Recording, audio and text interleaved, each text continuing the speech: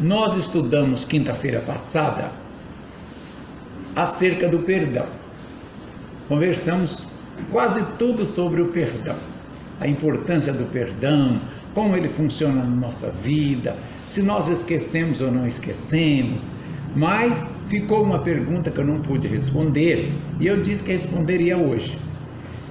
Esta pergunta, ela tem tocado no coração de muitos religiosos, e eu assisti pela televisão um debate de religiosos sobre essa pergunta e eles, infelizmente, não encontraram resposta, não souberam respondê-la. Você vai dizer, como assim? Não souberam. E quando eu te fizer a pergunta, você também vai ficar em dúvida, mas nós vamos te dar a resposta. A pergunta quer dizer assim: Jesus disse, perdoai 70 vezes 7, não foi? Foi. Isso quer dizer o quê? Quer dizer que nós não podemos ficar anotando num caderninho quantas vezes eu já perdoei alguém que tenha me ofendido. Claro, significa também que se eu aprendi a perdoar, foi porque o meu espírito aprendeu a amar. Se eu aprendi a amar, eu não vou de repente dizer, olha, eu te perdoei 5 vezes, ou 6 vezes, agora a 7ª vez já não vou perdoar mais. Ora, se eu não perdoar é porque eu não aprendi a amar, porque eu tenho em meu coração o sentimento de revide, de vingança. Então eu não atingi o nível que Jesus apontou, perdoar 70 vezes 7. Mas por que Jesus diz que devemos perdoar 70 vezes 7? É porque quando nós perdoamos sempre, significa nós atingimos um grau de amor tão grande que não conseguimos mais nos ofender por nada que alguém faça contra nós. Mas então eu vou guardar ofensa? Não, eu vou orar por quem não gostou de mim, vou orar por quem me ofendeu, eu vou buscar a vida, tocar a vida, meus direitos, mas não vou ter dentro de mim ressentimentos, de forma nenhuma, porque eu atingi um nível de amor que não permito mais, não aceito mais, não está em mim mais, se eu tivesse atingido esse nível, né? Esse eu que eu estou falando é a pessoa que tenha atingido, porque eu mesmo que vos falo não atingi, ainda sou um espírito atrasado. Mas aqueles mais adiantados já atingiram e eles não se ofendem. Eles escutam a ofensa, podem até se afastar, mas não se ofendem, porque já têm o coração avançado em amor. Muito bem, agora vem a pergunta. Bem, sendo assim, vamos imaginar que eu esteja trabalhando numa empresa, numa determinada repartição. E lá na empresa existe um cidadão, meu colega de trabalho, que me ofende. Aí chega amanhã, ele ofende de novo, eu vou perdoando. Depois, passam uns dias, ele me ofende de novo, eu vou perdoando. Até quando? Jesus disse 70 vezes 7. Eu vou continuar perdoando sempre esse cidadão que está me ofendendo, e eu digo, fulano, você está me ofendendo, não faça mais isso. Ele continua fazendo gracejo e me ofendendo. Mas como eu faço, Jesus? Aí Jesus tem a resposta? Não, não tem. O Espiritismo é que tem, porque o Espiritismo é a voz de Jesus. Agora, mas só pelo Evangelho você não encontra a resposta. Por isso que os religiosos em debate na televisão não encontraram as respostas, porque eles não conhecem o Espiritismo. O Espiritismo diz que nós não perdemos nunca o direito de defesa. Devemos amar o próximo como a nós, primeiro amar a nós e a Deus acima de tudo, mas sempre temos o direito de defesa. Então vamos lá. Imagina que alguém hoje me ofenda, eu perdoei. Amanhã me ofenda, eu perdoei. Depois me ofenda, eu perdoei. Chegou um ponto que eu vou procurá-lo e dizer, olha, você está me ofendendo a semana inteira e eu não guardo rancor, ressentimento nenhum contra ninguém. Não vou guardar contra você, mas você não pode continuar me ofendendo. E ele, o problema é teu, e continua me ofendendo. O que eu devo fazer? Deus me permite fazer o quê? Deus me permite me defender. Em certos momentos, eu sou obrigado até a tirar a vida de quem está sujeito a tirar a minha. Não é assim? Legítima defesa? É. Você indagaram aos espíritos, Kardec indagou. Se alguém vier tirar a sua vida, o que é que você faz? Ele tire a dele. Se você vê que ele vai tirar a sua vida, você tem o direito de agir e tirar a dele. Você tem direito? Não. Você tem obrigação de defender a sua vida. Porque se você colocar o seu pescoço a prêmio e disser, você quer me matar? Quero. Então pode matar. Você está cometendo suicídio. Você tem que dar um jeito de fugir. E se não tiver outra saída, mate-o antes que ele te mate. É assim que é a lei da natureza. Todos nós temos que agir assim. E se assim mesmo ele me matar, bem, a responsabilidade foi dele. Mas eu tenho a obrigação de me defender. Agora vamos transportar essa resposta para o perdão. Ora, se o cidadão todos os dias está me ofendendo, eu procuro ele e diz, eu não tenho nada contra você, vou continuar perdoando você. Mas tudo tem um limite. Você passou dos limites e agora se você continuar me ofendendo, eu vou te processar. Não vou ficar com ódio de você, não consigo ter ódio, mas vou te processar, pedir um dinheiro como indenização moral para que você sinta no seu bolso a necessidade de me respeitar. E ele vai me respeitar. Sim, mas agora nós vamos apresentar outra consideração. Vamos imaginar que esse cidadão não esteja me ofendendo por querer. Até agora eu coloquei como se ele quisesse me ofender, não é? Então ele está com intenção de me ofender.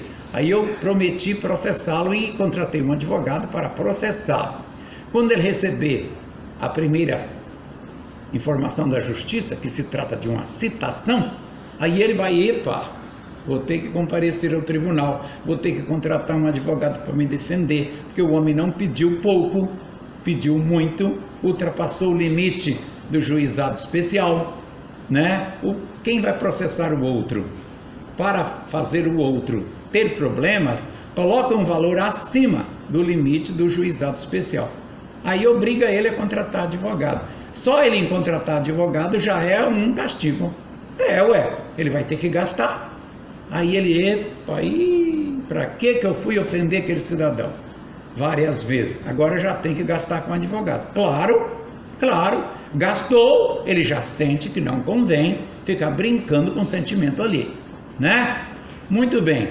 E se ele estava me ofendendo porque ele é um descuidado? Ele não tem intenção de me ofender, mas seguidamente me ofende. Aí ele até pede desculpa, mas depois me ofende. Até quando também vou ficar suportando isso? Não, até já acabou. Chame ele também, diga, olha, você tem que se cuidar mais. Você é muito descuidado, mas eu não faço por maldade. Por maldade ou não, eu te dei o último aviso. O próximo te processarei também para você aprender a ter cuidado. Qual é a saída? Processar. Espero que vocês tenham entendido bem. Porque senão, moço, o ensino de Jesus vai te mandar você colocar a cara a tapa eternamente? Não, Jesus ensinou daquela maneira há 2000 anos, como está no Evangelho, mas o Espiritismo veio complementar agora, explicando detalhes do Evangelho que naquela época Jesus não podia explicar. Muito bem, tá? E se esse cidadão a quem eu ofendi, ou ele ofendeu, já tiver, por exemplo, morrido? Aí também me perguntaram, mas eu ofendi fulano, ou ele me ofendeu muito, e ele já morreu, o que eu faço agora? Perdoe assim mesmo, porque ele não morreu, ele só saiu do corpo, ele está do lado de lá em espírito. Então você mande para ele uma mensagem, dizendo, fulano de tal, eu te ofendi quando você estava na carne, junto comigo. Agora você está no mundo dos espíritos. Agora eu vejo que eu errei. Eu quero reparar o meu erro. Não posso, porque você não está aqui. Então eu só tenho que te pedir perdão, para você não guardar dentro do seu coração nenhum ressentimento contra mim. Porém, como minha ofensa foi grave, como existe aqui um parente seu, eu vou procurar beneficiar um parente seu, porque não pude te beneficiar. Também pode agir assim. Pede o perdão depois, pós-mortem, né? Claro, porque ele não morreu, ele está do lado de lá. E se esse vínculo de ódio continuar, terá que se ajustar com a lei universal. Disse Jesus, ide primeiro reconciliar com o adversário. E também disse, não sairás da prisão enquanto não pagar o último centavo. Quer dizer, não vai se livrar desse vínculo de ódio enquanto não reconciliar com ele. Então não vale a pena manter vínculo de ódio, tá? Do lado de lá, nós vivemos em sintonia.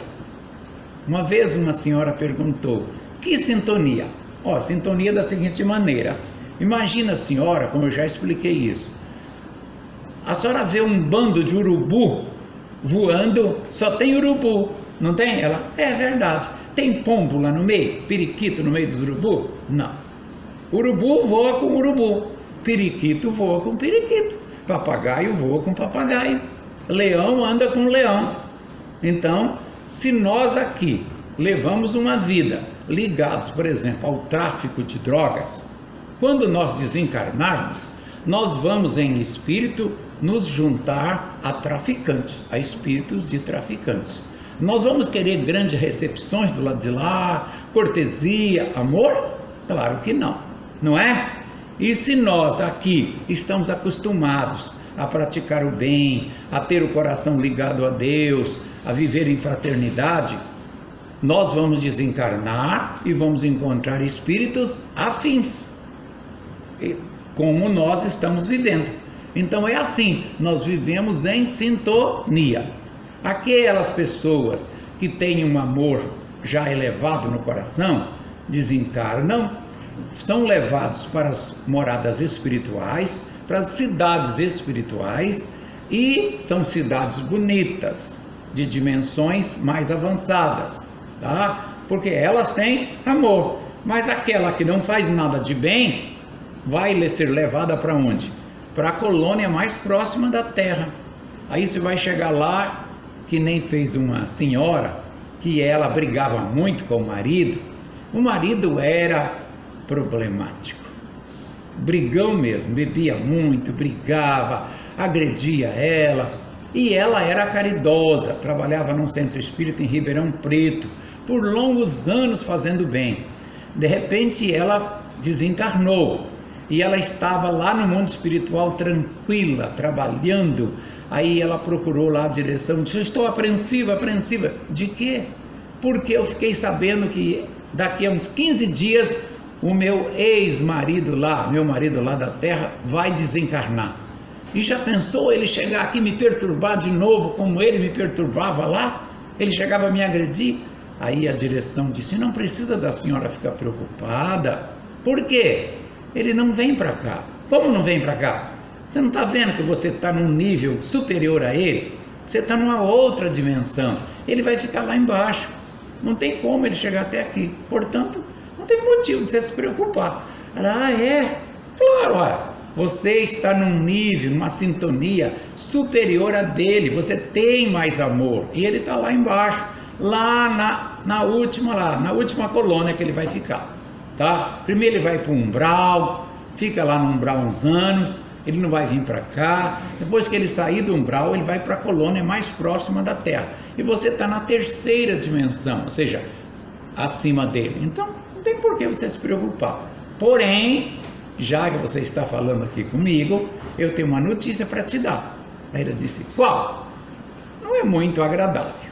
Diga, chefia, é o seguinte, você viveu na terra lá, com ele no mesmo lar, mas ele te ofendia.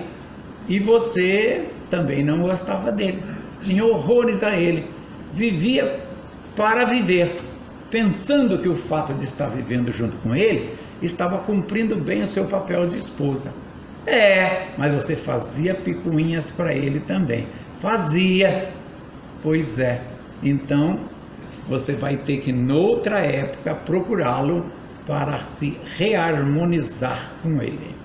Porque você tem inimizade com ele e ele tem com você. Então não fiquei livre dele? Não. Você tem que harmonizar-se com ele, porque ele ainda não gosta de você, gosta de um lado como mulher, depois intrigou-se com você como esposa. E você não está harmonizado. Então não basta viver no mesmo teto. É preciso estar com sentimento de respeito, de amor ao próximo. E você não teve isso por ele. Então você tem que ainda reharmonizá-lo. Ela, ainda tem isso? Tem. Mas isso é bom a gente saber. Para a gente dizer, eu fico com essa peste aqui aturando isso, só porque eu não quero desencarnar devendo nada. Ora, não adianta viver dentro de casa brigando com o marido fustigando a esposa. Não, trata-se de harmonizar. Tá? Muito bem, vamos continuar. Normalmente, as pessoas têm muito medo de alguma coisa. Já reparou isso? Eu conheci um político e, querendo ganhar uma eleição, ele disse, medo? Eu não sei o que é isso. Eu disse, como se fosse verdade. É uma grande mentira. Todos nós temos medo e temos que ter. O medo é inerente à nossa condição humana. Ele é uma defesa que Deus nos deu para que possamos viver, levar a vida a contento. Se nós não tivéssemos medo, nós seríamos totalmente irresponsáveis. Nós iríamos, por qualquer razão, quando pegasse uma pista dessa maravilhosa que nós temos aí fora, né, sem nenhum buraquinho, nós iríamos colocar 150 por hora por nada, né? Não temos medo, mas temos que ter.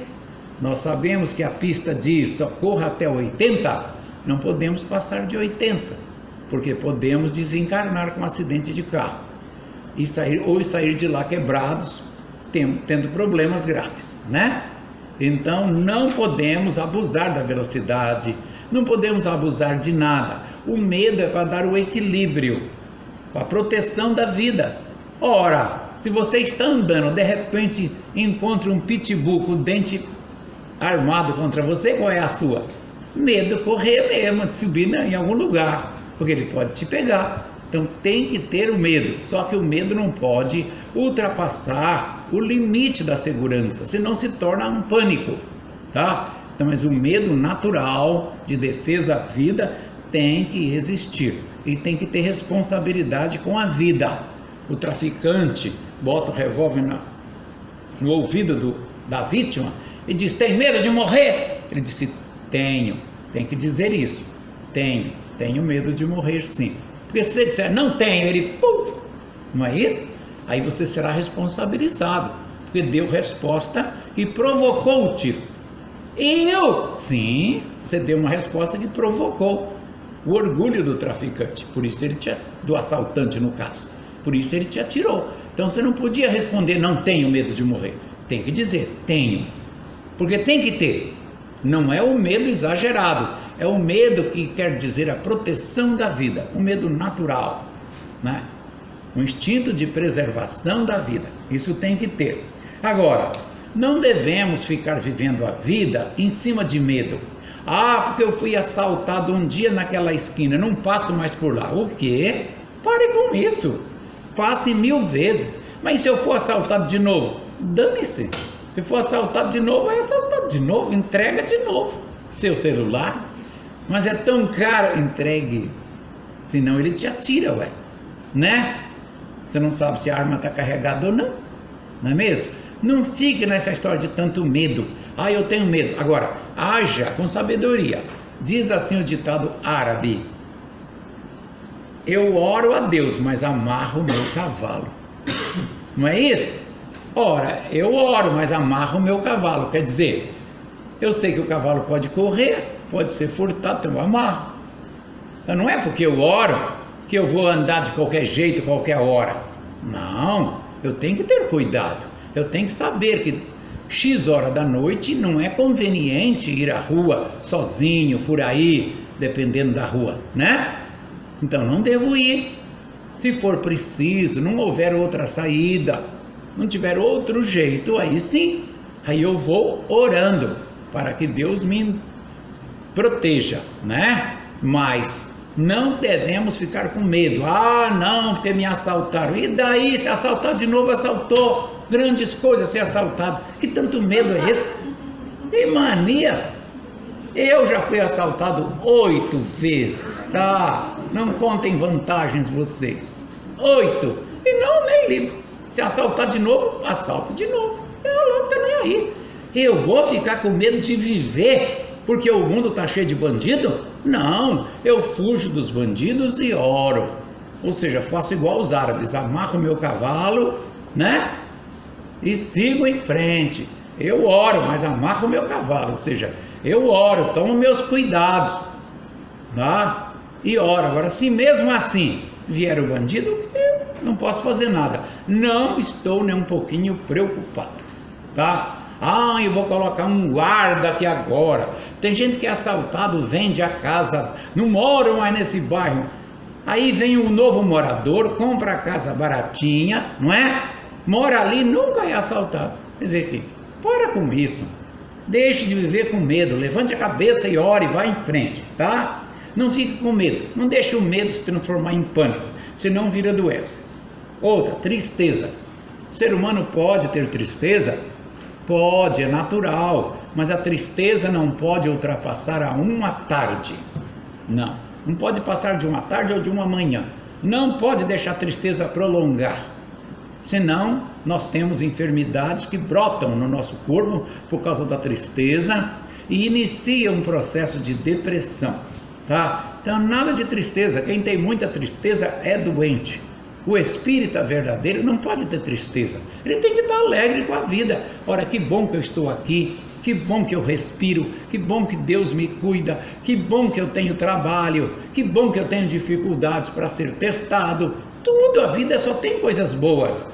Agora nós só ficamos olhando, querendo que tudo caia do céu. Ai, se Deus gostasse de mim, faria eu ganhar na Mega Sena. Ei, é justamente por Ele gostar de você que não te põe na Mega Sena. Porque Ele quer que você se desenvolva em amor. E para se desenvolver é preciso trabalhar, lutar, estudar. Como é que você vai fazer as coisas se você ganha tudo? Não é? Não. O pai bondoso não dá tudo que o filho pede.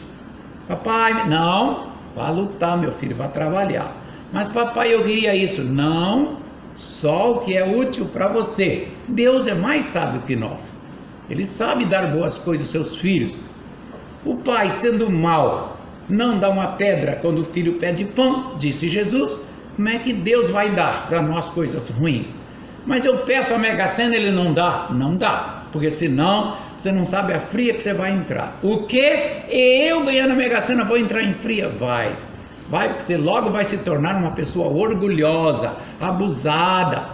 E Deus não quer que você seja orgulhoso, abusado. Quer que você seja humilde e trabalhador, tá? Desenvolver a preguiça. Não. Então não ganhe na Mega Sena. Eu jogo na Mega Sena, mas Deus não coopera comigo nessa parte. Ele diz, vá trabalhar, meu filho, e eu continuo jogando, mas não ganho, pelo menos coopera com o INSS, né? O dinheiro vai para o INSS, tá? Mas Deus não está preocupado com isso, com as nossas vaidades, com o nosso orgulho. Está preocupado com o nosso progresso espiritual, tá? E temos que fazer a nossa parte. Outra emoção que temos muito, é o ciúme. O que tem a ver o espiritismo com ciúme?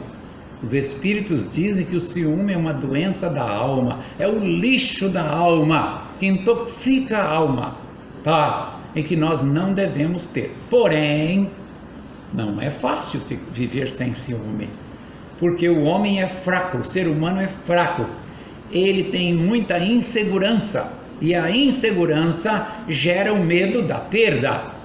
E esse medo gera o ciúme.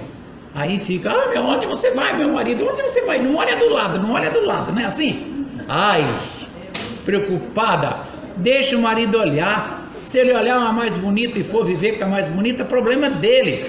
Se prepare, vá em busca da luta, vá em busca de outro. Não fique chorando por causa de marido, não. Preserve seu casamento, claro. Evite muita coisa, evite aquilo que pode ser evitado. Mas já pensou viver uma vida inteira de ciúme? Não. Os espíritos dizem, aquele que é evoluído, que é seguro de si, não tem ciúme. Você quer ir? Pode ir, a porta está aberta. Ah, é? Pode, à vontade. Aí ele não vai, tá? Conheci um caso de uma mulher que o marido, ela sempre estava cuidando do marido, para o marido, que o marido não queria que o marido traísse, o marido estava olhando do lado, olhou aquela boazuda ali, se comparando com as outras. Gente, para com isso, não fique se comparando, você é você, ele tem que gostar de você do jeito que você é, e mude para você ser agradável, é claro, para você ser simpática, para você não ser aquela pedrinha no sapato de ninguém. E se tudo você fizer e ele quiser ficar olhando para outra, caçando outra, faça o que essa mulher fez. Vem cá, meu bem, todo dia você olha para outra, todo dia você quer ir atrás de outra. A partir de hoje você está de férias de mim. Pronto, você tem um mês para você ir paquerar, viver, passear, dormir com quem você quiser. Pronto, pode ir, tá certo? Ah, é? Estou liberado, tá? Pode ir, pode ir embora, tá? Ele foi. Uns dias depois ele voltou. Meu bem, não vale a pena não. Sem você não dá, eu sinto muita falta de você. Ah, mas você vive... Ou você vive comigo direito, ou vá atrás dela, se case com ela, se vire. Aí ele não foi mais. E ela também não ficou mais que ciúme. Ela diz, que eu estudei muita doutrina espírita e vi, talvez seja bom ele até me deixar. Se eu estou com muito medo, porque eu estou me sentindo meia feinha, achando que não arrumo mais ninguém. E eu não posso pensar assim. Não, e não pode mesmo, tá? Portanto, elimine o ciúme, tá? Se ficar com muito ciúme, é fraqueza da alma, tá? Evite ciúme a todo custo, tá? A doutrina espírita vem contando para nós que a vida não é aqui, que a vida é do lado de lá, e do lado de lá existe um tesouro imenso que é a riqueza do espírito, e que nós podemos estar aqui e já ter parte desse tesouro, mas nós não sabemos. A gente vai observando assim, uma pessoa muito dedicada à caridade, se diz, essa pessoa deve ter algo mais que as outras não têm, porque ela é caridosa, é verdade, é por aí, mas não podemos afirmar que ela tenha, não é? Porém, do lado de lá dá para saber. Do lado de lá a gente vê, fulano já tem bastante evolução, ciclano não tem nada, eu tenho pouquinho, né? Lá dá para ver, porque estamos do lado de lá, livres do corpo carnal, tá? E nós aprendemos isso aqui. Para nós nos transformarmos em espíritos ricos do lado de lá, nós temos que levar para lá o amor no nosso coração. Nós temos que desenvolver em nós o céu dentro de nós, o amor dentro de nós, né? Não existe outra saída. Portanto, quem constrói meu tesouro? Eu mesmo, só eu. Jesus diz que é um tesouro, né? Não acumuleis na terra, acumuleis lá, quer dizer, faça o bem e leve esse tesouro em você. E noutra parte ele diz, o reino dos céus está dentro em vós. Então, o tesouro se leva dentro de nós. Mas venha ao Espiritismo, estude a doutrina, conhece bem a doutrina, grande número de pessoas, e resolve não praticar. Não praticam. Então, fazer o quê? Quem se transforma é quem decide se transformar. É aquele que tem algo mais e diz, eu não vou mais agir como eu estava agindo. Por quê? Eu continuo vivo.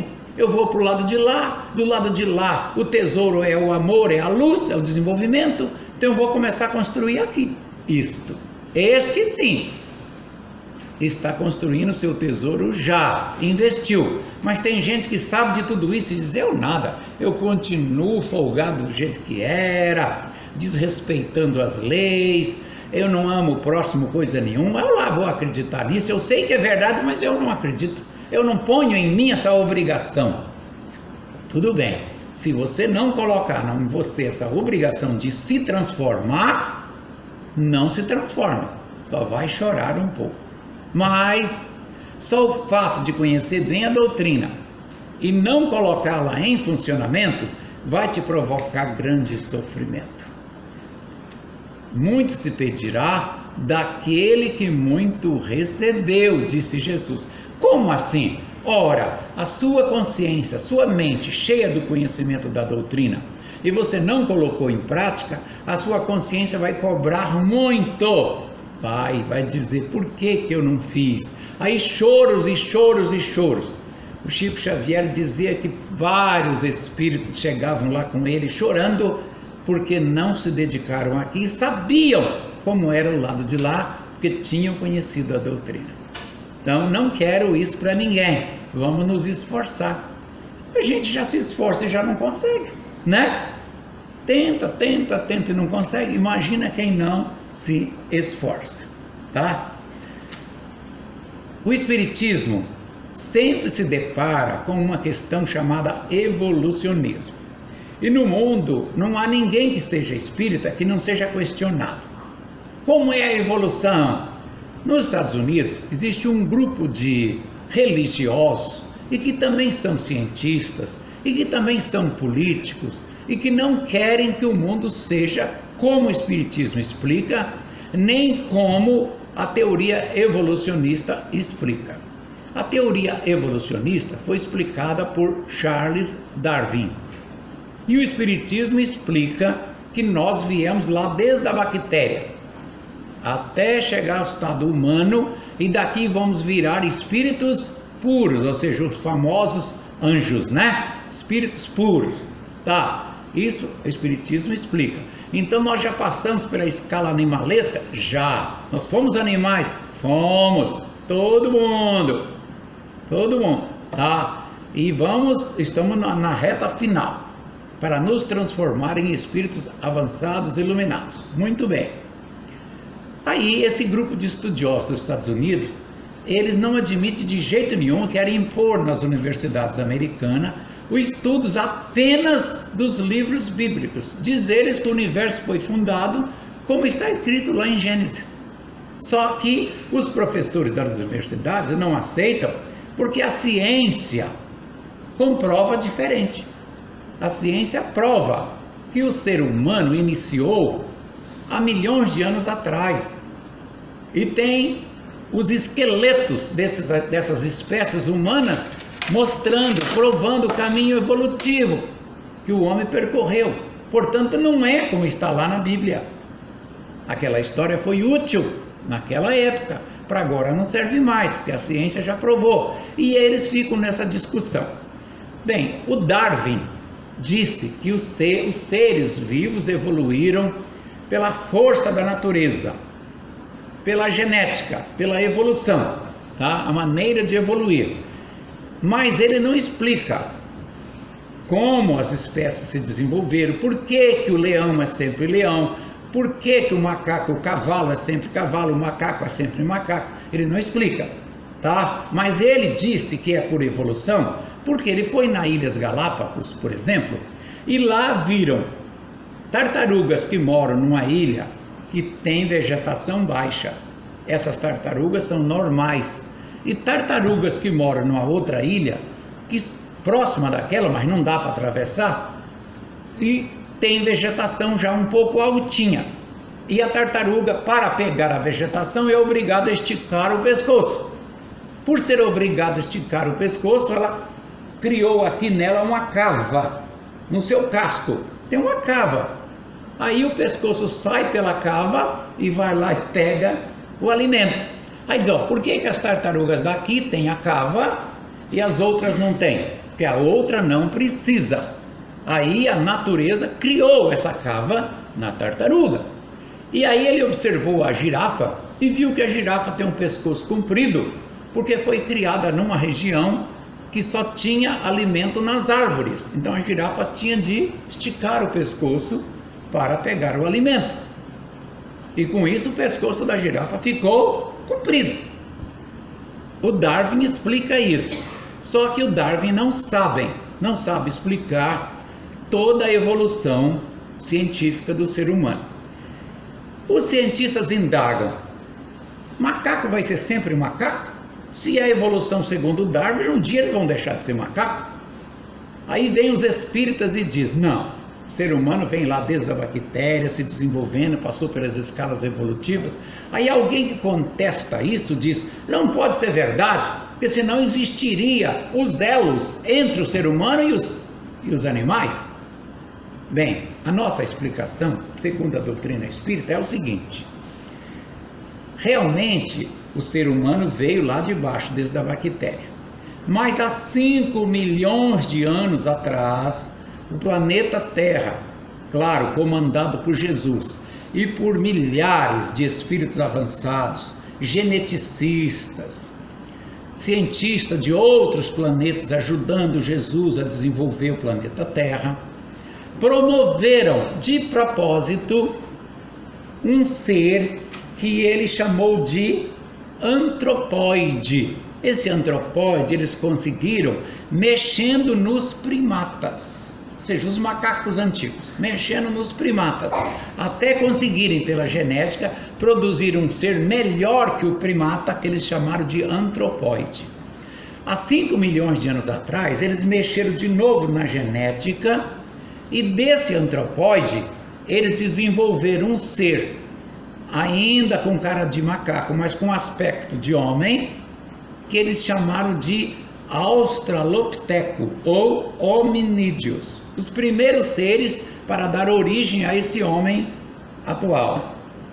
E ao mesmo tempo, um ramo desses seres se desdobrou em 3 e virou orangotango, gorila e chimpanzé. Então, orangotango, gorila e chimpanzé é do ramo dos antropóides e não vão evoluir, não vão sair daquele estágio. Os corpos apenas. O outro estágio, o antropóide, que virou Australopiteco, virou mais tarde o Homo erectus. Mas virou como? Pela natureza, pela força da natureza, mais 90% pelas mexidas, pelas adaptações genéticas que a espiritualidade faz, vai mexendo a espiritualidade. Naquela época montaram 3 laboratórios, 2 sobre a África e 1 sobre o Oriente Médio, para desenvolver a espécie até chegar no ser humano moderno, tá? De propósito, viu? Depois que o Homo erectus começou a andar assim, né? Erecto porque ele aprendeu a andar só com as 2 pernas, deixou de andar com as 4, né? Erectus. Depois desse Homo erectus, daí a 1 milhão de anos, eles conseguiram desenvolver a genética e passou a vir um macaco mais sabido, um pouco parecido mais com um homem, que eles dão o nome de Homo habilis. O homem que já sabia mexer com as mãos, com pedra, fazendo objetos cortantes, lidando com as mãos. O Homo habilis era o caminho do homem moderno, que estava lá ainda há 4 milhões de anos atrás. Depois do Homo habilis, tá, vieram mais 5, 6 tipos de homens, passando pela noite dos tempos, até que chegaram num próximo de nós, que nós vamos pular os outros homens, nós vamos falar em muitos elos, né, sem necessidade. Próximo de nós, chamado homem de Neandertal, encontrado na região de Neandertal, na Alemanha. Está lá o esqueleto mostrando que ele já tem um corpo mais adiantado do que os homens anteriores. Tudo isso desenvolvido pela espiritualidade, tá? Aí o homem de Neandertal, ele extinguiu-se aproximadamente, ele ficou de 300 mil anos atrás até 100 e poucos mil anos, até 100 mil anos atrás aproximadamente, segundo alguns estudos. Outros dizem que ele veio mais, menos, depende dos esqueletos encontrados. Depois do homem de Neandertal, a espiritualidade conseguiu desenvolver mais condições para aumentar o cérebro humano e conseguiu. Aí ela chegou no homem de Cro-Magnon, encontrado na França. O homem de Cro-Magnon prevaleceu até 12 mil anos atrás. Há historiadores, espíritos, pesquisadores que dizem 23 mil anos atrás, quando começou o homem de Cro-Magnon. O homem de Cro-Magnon, considerando 23 mil anos atrás, ele ficou até 12 mil anos atrás, ficou só por 12 mil anos sobre a Terra. 12 mil anos é muito ano, mas parece pouquinho perto da história, né? Aí o homem de Cro-Magnon ficou 12 mil anos. Depois do homem de Cro-Magnon, eles mexeram na genética de novo, bem até conseguir o homem sapiens, o Homo sapiens, que reinou na Terra de 7.000 anos atrás, não, de 12.000 até 7.000 anos atrás. 7.000 anos atrás, eles conseguiram mexer mais no cérebro humano, nos braços, na maneira de andar, na coluna, eles vão mexendo até conseguir. E conseguiu esse homem moderno que é chamado de Homo sapiens sapiens. O sapiens quer dizer homem que sabe, o homem que já tem conhecimento, o homem que sabe. E depois, o sapiens sapiens quer dizer o homem que sabe, ou seja, ele sabe que ele tem conhecimento, é o homem moderno. Esse último homem moderno, que somos nós, né, vai continuar no planeta Terra evoluindo por mais alguns milênios. Só que isso é para abrigar o espírito que está evoluindo. À medida que o espírito vai evoluindo, ele exige um corpo mais adequado, mais próprio para a sua inteligência, para as suas missões, para os seus resgates, para o seu aprendizado. Tá? Agora a Terra está entrando em mundo de regeneração e dentro de mais uns 2.000 anos, a 3.000, esse homem aqui vai ser substituído por um outro mais avançado, tá? Aí eu vou querer reencarnar, mais bonito, né? Mais avançado, certo? Mas até lá, o homem que estiver sobre a terra já vai estar todo iluminado, todo cheio de amor. E daqui a alguns milênios nem vai precisar mais reencarnar. Portanto, estes homens, modelo que existe hoje, vem de 5 milhões de anos atrás, controlados por Deus, por Jesus, pelos espíritos superiores, tá? Não é por acaso, não nasceu por acaso, não é assim. Todo planeta tem o seu controle. Você vai dizer, e os animais? Por que Deus não mexeu no macaco de 5 milhões de anos atrás, o macaco continua um macaco? Bem, o macaco está num estágio bem inferior e ele precisa continuar sendo macaco. O cavalo foi desenvolvido pela espiritualidade superior para que o homem progredisse. O cavalo é uma bênção para nós, não é? Ele é a alavanca de progresso da humanidade, o cavalo. Então precisou de desenvolver o cavalo. O cavalo vai deixar de ser cavalo? Não. Enquanto existir homens nesse estágio, é preciso ter cavalo nesse estágio. Enquanto existir homens nesse estágio, é preciso ter cachorro, animais nesse estágio. E os outros planetas que estão no estágio que a Terra está, também precisam ter animais adequados ao desenvolvimento de lá, tá? Claro que lá pode ter cavalo, outro tipo de cavalo, mas tem, porque o homem de lá precisa também, né? Tudo é controlado pela espiritualidade, não é por acaso. E não foi a vontade de Deus chegar assim como diz a Bíblia e dizer, aqui está o cavalo, aqui está a cobra. E para que criar cobra, né? Alguém perguntaria.